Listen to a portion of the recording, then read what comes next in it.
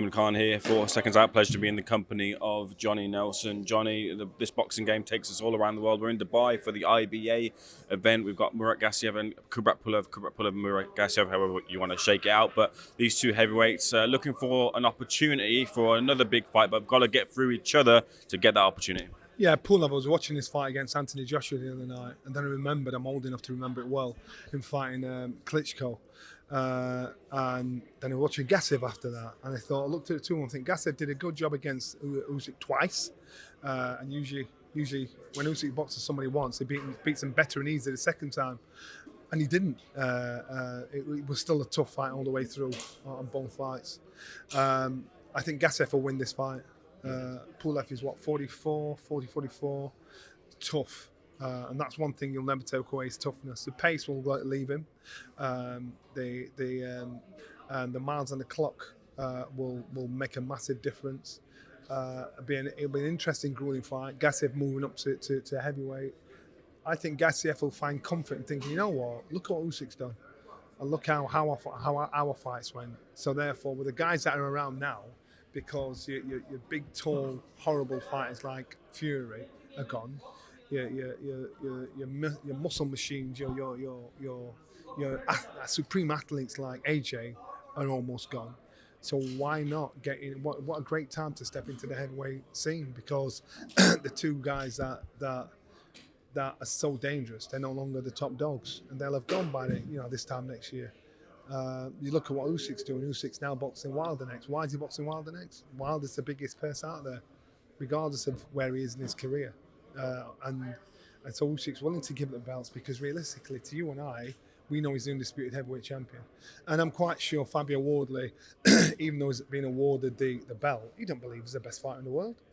In my book, if you're the world champion, you believe only 5% of fighters, or maybe 4% of fighters believe they are the best fighter in the world. And there's not many of them that when they become world champion believe they're the best. When I was world champion, I believed I was the best. It doesn't matter what you said. I thought I'm the best fighter in the world. I'll fight anybody and I know I can beat him. Not many fighters can say that or would say that because they don't believe that. Usyk did.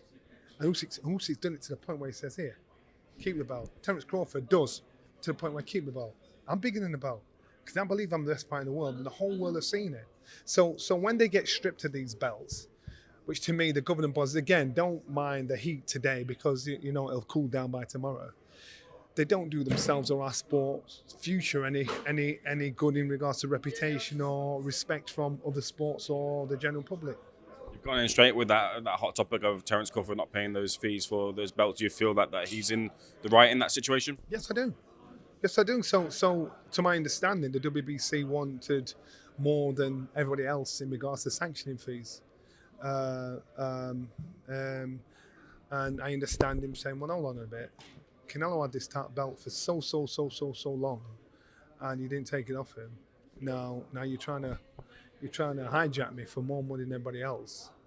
Otherwise, you're going to take the belt. Stuff it.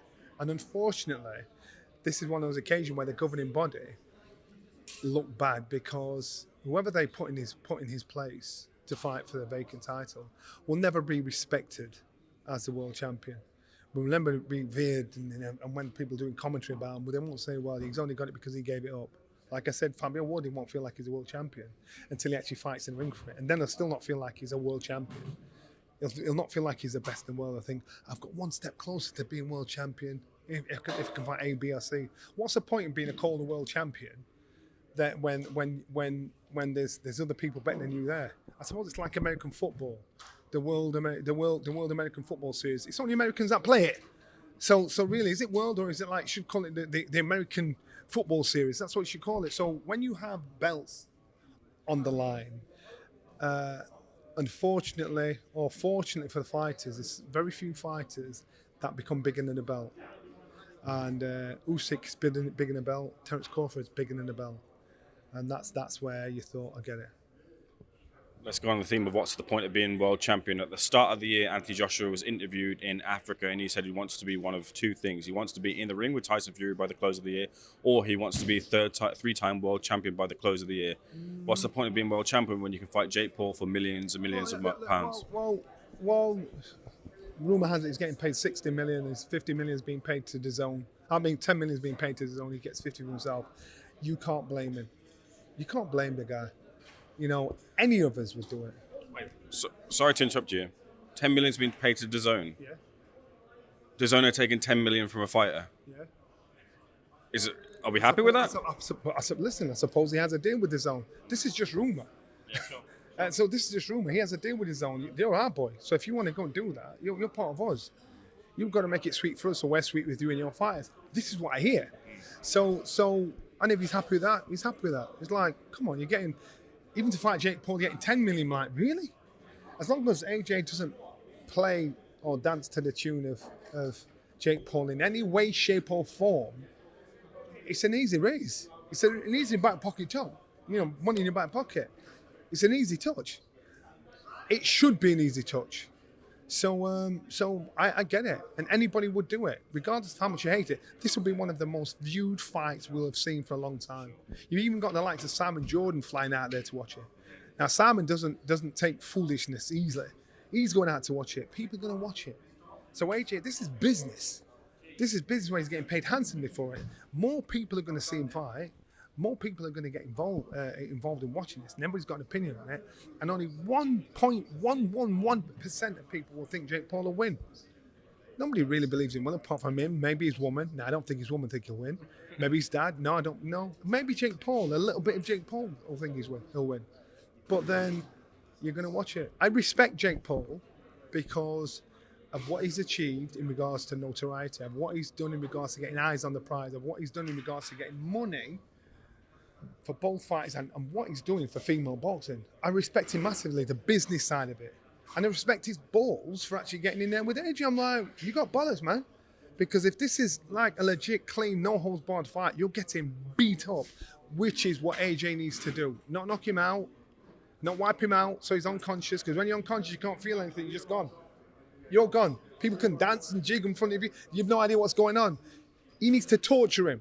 Hit him in the body, wind him, double him up, have him gasping for air, let him gap up him, whack him again in the gym, wobble his legs. You need Jake Paul to want to quit, to have a word with himself saying, I can't take this. So if AJ beats him up to that point where he quits, then Jake Paul's going to have to go to bed that night and think, oh my God, all that bullshit I tell everybody I want to fight Canelo, I want to fight such and such.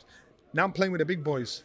He's got a chance to play with the big boys, and AJ's got a chance to teach this young man a lesson. And the reason why everybody's watching it is because I want to see Jake Paul get knocked out, or to see if he gets very, very, very, very, very lucky and knocks out Anthony Joshua. Before I direct you over to Jim McKenzie, when I spoke to Gareth A. Davis, we were discussing this fight. We were also discussing his interview with TMZ. I don't know if you heard it, but Anthony Joshua, for my book, sounded very strange. Gareth A. Davis described him as being on the booze. Of course, AJ obviously isn't on the booze, but he sounded very strange. I wonder if you'd heard it and if you liked what you heard. My only concern about this fight for AJ is that it's going to be very hard for him to respect and have a tinge of fear for Jake Paul.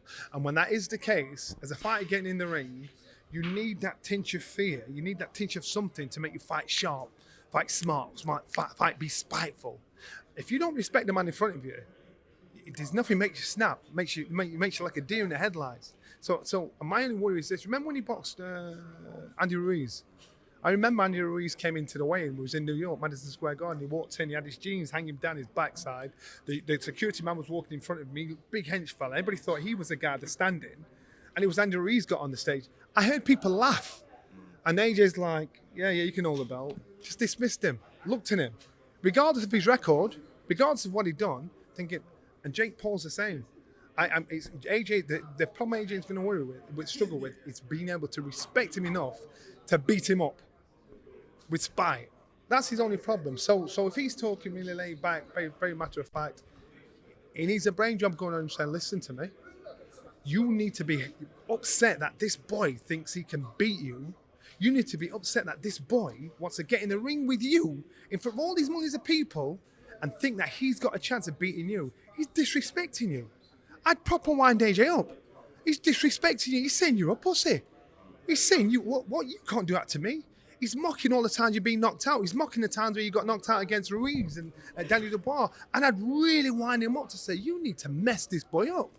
This is what I said to AJ. So when he gets in there, He's a spiteful sod. That's what he needs to do. Because if he's made in any way, shape, or form, AJ's going to be the one. This isn't about Jake Paul. Everybody expects him to get knocked out. It's about Anthony Joshua. So he's got it. He's got it. I personally would torture Jake Paul. I wouldn't knock him out. And then make sure every round he goes back thinking, I don't want to come out in the next round. I'd torture him. Johnny, appreciate your takes. Thanks for beginning to check us out. Forward to seeing you in the week. Whoop.